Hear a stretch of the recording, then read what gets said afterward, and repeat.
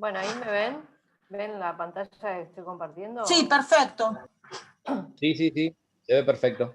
Bueno, genial. Voy a tratar de ser bastante rápida, así después hacemos un intervalo o algo por el estilo. La idea es que este texto que se llama Las ideas científicas en la infancia y en la adolescencia fue un texto así que es una de las piedras filosofales de la didáctica de las ciencias naturales. Es un texto escrito por Driver, que es la primera autora a la cual yo puse la foto ahí, y bueno, et al.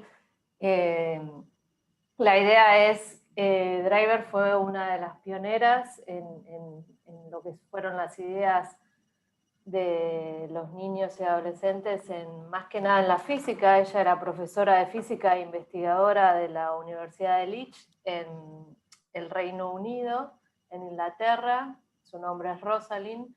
Y bueno, la idea es que se dedicó gran parte de su vida a investigar estas ideas.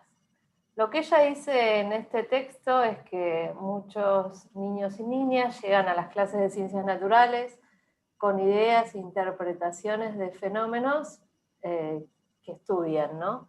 Y estas ideas son creadas a través de interpretaciones de sus vidas, o sea, de las actividades físicas, porque justamente Rosalind dedica este texto más que nada a las ideas de la física, por eso acá se habla de la física, pero bueno, como dijo Andrea, a partir de los 80 hay toda una clasificación de las ideas de los estudiantes en las diferentes disciplinas, y lo que ella dice es que estas ideas nacen de la vida cotidiana, de las experiencias y conversaciones que tienen con otras personas acerca del mundo, de los medios de comunicación, etc. El libro lo que tiene es que presenta las concepciones descubiertas en niños de edades comprendidas entre 10 y 16 años, ¿sí? En diferentes aspectos físicos, y señala la importancia para los y las profesores y profesoras, para aquellas otras personas relacionadas con la educación científica, investigadores y demás. Las características de las concepciones alternativas, y yo lo voy a abreviar de ahora en más como CA o ideas previas, ¿sí? Son casi sinónimos. Según San Martín, este autor lo que hace es establecer varias características que tienen estas ideas. San Martín habla de la generalidad, o sea que aunque las ideas previas son construcciones de cada sujeto, elaboradas por ellos mismos, ¿no? Muchas son ampliamente compartidas por muchos y muchas estudiantes, ¿sí? Tienen una cierta estabilidad y resistencia, o sea que es frecuente que sea sumamente difícil que los y las estudiantes las abandonen o las modifiquen, por más que, no sé, nuestra propuesta de enseñanza sea de calidad, uno sabe perfectamente que estas ideas muchas veces suelen resistir y no va a haber un cambio completo, ¿sí? Estas ideas previas o concepciones alternativas tienen una funcionalidad, o sea, aunque sean frecuentemente inconsistentes con los modelos científicos, muchas ideas previas les sirven a los estudiantes para explicarse ciertos fenómenos del mundo, es decir, que cumplen una función en la estructura cognitiva del sujeto, ¿sí? También tienen una dependencia del contexto, o sea que los estudiantes pueden recurrir a diferentes ideas previas, no necesariamente coherentes entre sí, según sea el contexto de aplicación, y esto también lo habrán visto en psicología de aprendizaje, que a veces pasa con los graduados y graduadas, no sé, tal vez si yo estoy en mi casa cocinando, a pesar de que haya estudiado física, de repente hable, no sé, del frío, sabiendo que el frío no existe y demás cuestiones, ¿sí? También en las ideas previas, por ejemplo, tienen un carácter implícito, o sea que en general los sujetos no son conscientes de esas ideas previas en base a las cuales razonan, sino que están ahí, son inconscientes muchas veces, ¿sí? Tienen un doble origen, o sea que las ideas previas son construcciones personales que derivan tanto de experiencias individuales como del contexto social o sociocultural. Y esto hago un paréntesis en el tema que yo investigo, con poblaciones originarias, El aspecto social-cultural es muy importante porque va a haber una diferencia en esas ideas que ellos traigan, ¿sí?, a las aulas, que van a estar relacionadas en ese caso con la cosmovisión, por ejemplo, con la cultura de pertenencia. También estas ideas, por eso nosotros decimos, por ejemplo, que este texto de Driver es una pieza fundacional de la didáctica de las ciencias naturales, pero a su vez es una sábana muy corta, porque, por ejemplo, los y las estudiantes de diferentes culturas no entran en esa clasificación de las ideas previas que se hizo en los años 80, sino que están silenciados. En general, esa clasificación hace referencia a estudiantes blancos, caucásicos, de una cultura occidental más que nada, ¿sí? También tenemos otra característica, que es que hay una analogía con las ideas científicas. Muchas ideas previas se parecen en ciertos aspectos y grados a ideas que han formado parte de la ciencia en el pasado. Esto ustedes, si han estudiado historia de la ciencia, van a ver que a veces hay ideas que se comparten, ¿no?, con esas teorías científicas del pasado. Las concepciones alternativas, lo que les puedo contar, o ideas previas, es que fue una línea de investigación prolífera en lo que es, o prolífica, perdón, en la didáctica de las ciencias naturales, y hubo un gran relevamiento de estas representaciones que resisten a la enseñanza, más que nada en los años 80 hasta los 90. Por eso, en general, uno a veces, si quiere dar un tema, por ejemplo, no sé, electricidad y magnetismo, uno recurre a veces al Driver a ver qué dice, o a esta clasificación, porque sabe que, bueno, que las ideas se van a parecer en ciertos aspectos a eso que ya está escrito, ¿no? También esto, justamente lo que les hablaba, durante los años 80 se hizo toda una clasificación o cartografía de esas concepciones.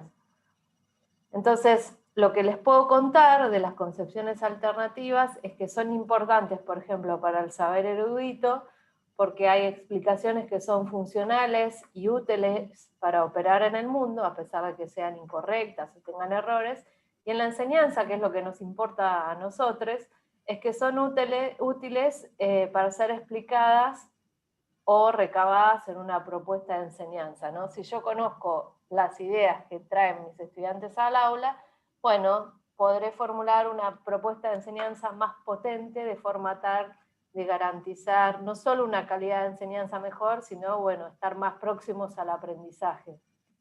Lo que también les puedo contar es que hay esta mujer, Rosalind Driver, también se dedicó a estudiar lo que es el cambio conceptual, que es un término acuñado por Posner de los años 80, y la idea es que lo que dice la teoría, así a grandes rasgos, es que el aprendizaje es el resultado de la interacción entre lo que se enseña a los y las estudiantes y sus propias ideas o conceptos. Entonces yo, mediante una contrastación de eso, puedo ver, bueno, si hizo un cambio conceptual y se acerca más a las ideas científicas, o sigue estando en esas ideas que trajo. O sea, la idea del cambio conceptual es que esas concepciones que trae el estudiante y las estudiantes, esas ideas con las que vienen al aula, son reemplazadas por las ideas científicas, garantizando lo que se llamó el cambio conceptual.